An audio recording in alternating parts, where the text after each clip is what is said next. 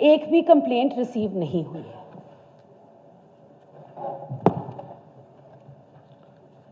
Speaker sir, मैं आपके माध्यम से मंत्री जी को और पूरे सदन को बताना चाहता हूं कि एक मेवात बहुत पिछड़ा हुआ क्षेत्र है और यहाँ के जो पेरेंट्स हैं वो बिल्कुल ही पढ़ाई नहीं कर पाए थे अपने टाइम में, तो उनको कहीं भी बोर्ड लगा दिखता है तो उनको बड़ी हॉस्पिटल वो समझ बैठते हैं। उनको ये नॉलेज नहीं है कि हम अपने बच्ची की डिलीवरी कराने जा रहे हैं तो यहाँ गायकोनोलॉजिस्ट की जरूरत होती है, नहीं तो उनको कुछ नॉलेज नहीं है, तो वो वहाँ ले जाके एडमिट कर देते हैं। जब वो एडमिट कर देते हैं वहाँ लाइसेंस जो डॉक्टर्स पर डिग्री है वो लेके लगा देते हैं, वो डॉक्टर्स कभी नहीं आते। हाँ, जब कैजुअलिटी हो जाती है तो वो जरूर कोर्ट में जाके खड़े हो जाते हैं गवाही देने के लिए कि हमारे ऐसे यहाँ नहीं हुआ। जबकि अभी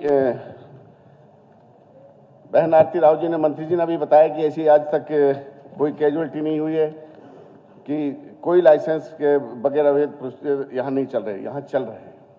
मैं बता देता हूँ, मैं ये नहीं कहता उनको कैंसिल करो, मैं ये कहता हूँ कि उनके पूरे मापदंड सरकार पूरा करे जो फॉर्मेलिटीज होती हैं। आप लिखिए जी, city hospital Punhana, Tabassum hospital Punhana.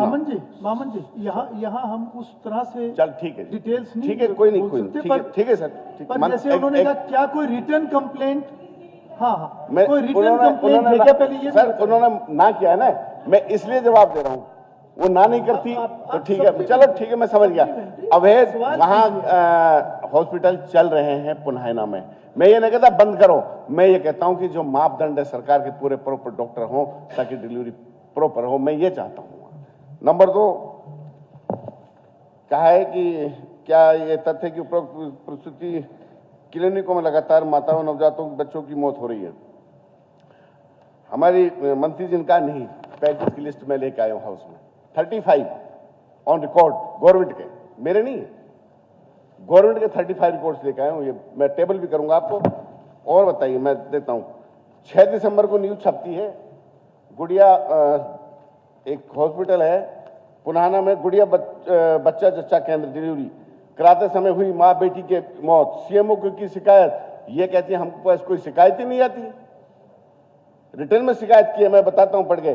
Punhana में गुड़िया बच्चा जच्चा केंद्र के डिलीवरी कराते समय उसकी नवजात शिशु और उसकी मां की जान ले ली। नहू के पल्ला निवासी मुबारक ने जिला सिविल सर्जन सर्वजीत थापर को शिकायत देते हुए बताया कि उनकी बेटी आयशा को उनके पति दिलशाद पुन्हाना में गुड़िया बच्चा जच्चा केंद्र पर ले गया। आयशा ने जब गुड़िया बच्चा जच्चा केंद्र की डॉक्टर बबली को कहा कि वो अपना रूटीन चेकअप कराने आई है, तो वहां के डॉक्टर बबली और उसके पति ने गोविंद ने यह कहकर कि उनकी डिलीवरी कराई जाए। और आप यहाँ एक्सपर्ट है, आप कहते हैं वहां कोई शिकायत ही नहीं दी गई।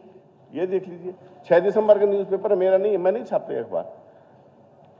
अच्छा जी, मेरा क्वेश्चन ये है। जी मामन जी सर, एक मिनट सर, देखिए, आपने जो ये बातें इसमें कही हैं, क्योंकि हमारी सरकार का माननीय अध्यक्ष जी ये एकदम स्पष्ट एजेंडा है कि इस प्रकार की अगर कोई घटनाक्रम होते हैं, क्योंकि स्वस्थ प्रदेश के लोगों को सुलभ कराना हमारी सरकार का दायित्व है, उसके अंदर हम लगे हुए हैं। जो पीएनडीटी एक्ट के बारे में इन्होंने कहा है कि वहाँ पर लाइसेंस की बात है, बिना डिग्री के चल रहे हैं, इस प्रकार की बात कही है, जरूर हम उसकी जांच कराएंगे। आप कागज़ दे दीजिए, हम जांच कराएंगे। अगर आपके पास और भी कोई तथ्य है वो भी दे दीजिए, हम इसके ऊपर सख्त कार्रवाई कराएंगे। हम करा भी रहे, ऐसा नहीं है, हमारे पीछे चल रहे हैं। जो आदरणीय प्रधानमंत्री जी का एक विजन था और हरियाणा की धरती के ऊपर आकर के उन्होंने कहा था बेटी बचाओ बेटी पढ़ाओ, और हम उसको लेकर के गंभीरता से काम कर रहे हैं। अगर आप कहीं आपको लग रहा है कि यहाँ पर कोई गलत काम हो रहा है, कोई जांच हो रही है, तो हमें आप बताइए, हम कार्रवाई कराएंगे ना, क्यों नहीं कराएंगे। सरकार से क्वेश्चन है स्पीकर सर, आपके माध्यम से, जो प्राइवेट हॉस्पिटल चल रही हैं उनको जो अप्रूवल दी जाती है उसकी टर्म एंड कंडीशन क्या है, क्या वो उन टर्म एंड कंडीशंस को पूरा करते हैं या नहीं करते हैं। नंबर 2, स्पीकर सर, जो ये 35 कैजुअलिटी जो बच्चा जच्चा की मौत हुई है, उसके लिए जिम्मेवार वहां का प्रशासन है, सिविल सर्जन या हेडक्वार्टर है यहाँ, या सरकार है मुझे इस चीज का जवाब दे, जो 35 बच्चे जच्चे मरे उनका जिम्मेवार हरियाणा सरकार में कौन है? मामन जी, मुख्यमंत्री जी ने बोला है आप लिखित में दें, उसकी वो इंक्वायरी करवाएंगे, जांच करवाएंगे पूरी। बिल्कुल। Shri Pawan Kharkhoda, person number 30। माननीय अध्यक्ष महोदय, माननीय सदस्य ने खरखोदा में बढ़ती आबादी को देखते हुए पेयजल के और उसके विस्तार के बारे में जानना चाहा है।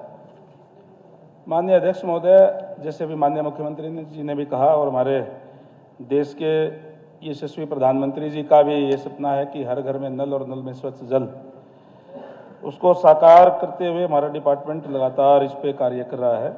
और खरखोदा में भी जल आपूर्ति के लिए विस्तार के लिए 26 करोड़ 46 लाख रुपए की लागत से परियोजना को प्रशासनिक मंजूरी दे दी गई है, जिसके अंतर्गत 40 लाख लीटर प्रतिदिन क्षमता के अतिरिक्त जल का उपचार संयंत्र का निर्माण तथा शेष स्वीकृत कॉलोनी, जो कॉलोनी अवैध कॉलोनी है, उनको जो स्वीकृत कर दिया जाता है, उसके अंदर भी हम जो पाइपलाइन वगैरह जो बिछाने के लिए प्रावधान हमने इसमें किया है और इसको 30/9/26 तक ये कार्य हम जो है पूरा कर देंगे। माननीय अध्यक्ष जी, माननीय मंत्री जी के मैं उत्तर से मैं संतुष्ट हूँ और माननीय मंत्री जी का मैं धन्यवाद करता हूँ। श्रीमती पूजा, सर प्रश्न संख्या 31। माननीय अध्यक्ष जी, श्रीमती पूजा जी ने जो सवाल किया है कि लाडो लक्ष्मी योजना के तहत राज्य की महिलाओं को